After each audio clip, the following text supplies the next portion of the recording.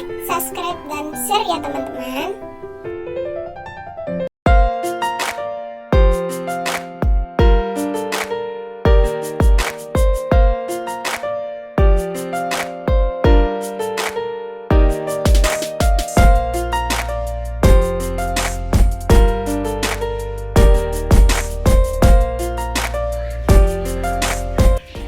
Perkenalkan, nama saya Nabila Marani dari Prodi Informasi Perpustakaan dan Kearsipan dengan NIM saya yaitu 226.071.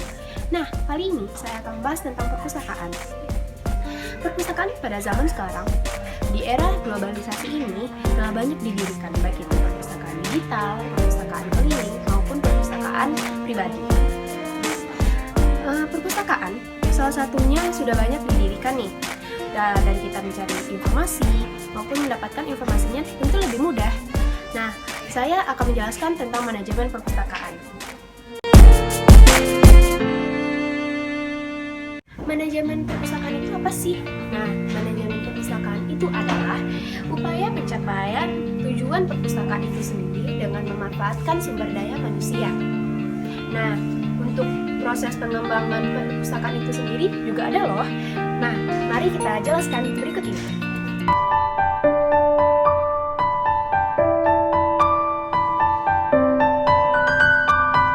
Pengembangan koleksi ialah sejumlah kegiatan yang berkaitan dengan penentuan koordinasi kebijakan koleksi, peraturannya, sampai dengan kebutuhan pemakai. Nah, untuk proses pengembangan koleksi itu sendiri juga ada loh. Nah, berikut pengembangannya. Proses pengembangan koleksi itu sendiri juga ada loh. Untuk proses pengembangan koleksi itu sendiri ada yang pertama yaitu pemilihan seleksinya. Nah, untuk pemilihan seleksi buku ini juga ada dan tidak boleh untuk sembarangan pemilihan seleksi. Itu pun juga tergantung dari pemakaian pustakawan. Yang kedua yaitu pengadaan koleksi.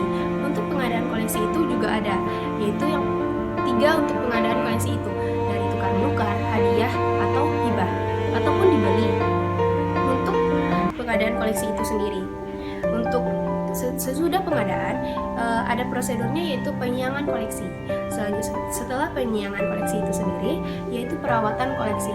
Untuk koleksi yang telah dibeli atau telah ditukar-menukar ataupun hadiah, itu kita harus merawat koleksi itu sendiri agar koleksi itu tidak punah ataupun rusak. Untuk selanjutnya yaitu evaluasi koleksi. Untuk evaluasi koleksi ini misalkan pemakai sesudah pemakai itu memakai buku yang telah dipakainya, pustakawan harus merapikannya. Jadi untuk selanjutnya agar tidak tercecer, untuk tujuan pengembangan koleksi itu apa sih? Pasti ada tujuannya loh, yaitu untuk tujuan pengembangan koleksi itu sendiri yaitu untuk memperbanyak jenis koleksi perpustakaan itu sendiri ataupun menambah jenis koleksi. Selanjutnya yaitu meningkatkan dan jenis bahan bacaannya.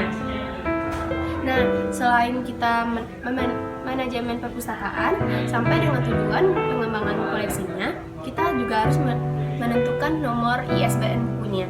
Berikut nomor ISBN bukunya serta penjelasannya.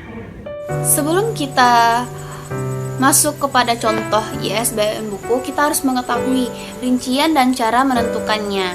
Nah, untuk rinciannya, cara menentukan ISBN buku tersebut, pertama kita harus tahu ISBN selalu terdiri atas 10 angka.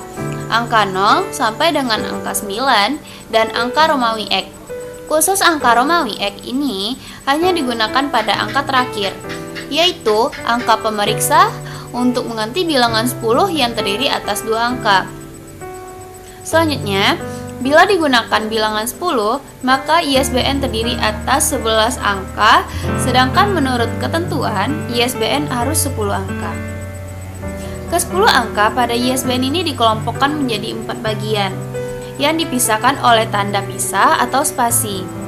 Kemudian, keempat bagian itu adalah ciri kelompok 1-3 angka, ciri penerbit 2-7 angka, nomor urut buku 1-6 angka, dan angka pemeriksa selalu 1 angka, yang angka pemeriksa ini selalu di belakang letaknya.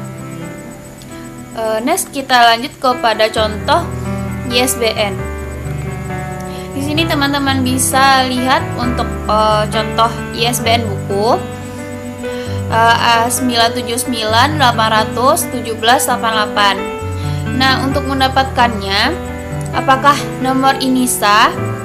Teman-teman harus mengkalikannya dari 10 sampai 1, dan 10 itu terletak di paling depan yang akan dikalikan oleh angka 9. 9 kali 10 jadinya 90, 7 kali 9 63, 9 kali 8 72, sampai seterusnya, yaitu angka 1, 8 kali 1 8, dan hasilnya 330. Nah, hasil perkalian ini harus habis dibagi 11. Jika 330 tidak habis dibagi 11, maka ISBN itu termasuk tidak sah dan tidak akan diterima oleh komputer. Nah, jika yang 330 ini dibagi 11, maka ISBN ini sah dan diterima oleh komputer. Nah, dari video sebelumnya tentang nomor ISBN buku serta penjelasannya, saya Nabila Maharani sebagai pembawa dari presentasi ini, saya akhiri apabila ada kesalahan dalam penyampaian ataupun tujuan dari presentasi ini. Saya mohon maaf dan pamit. Assalamualaikum warahmatullahi wabarakatuh.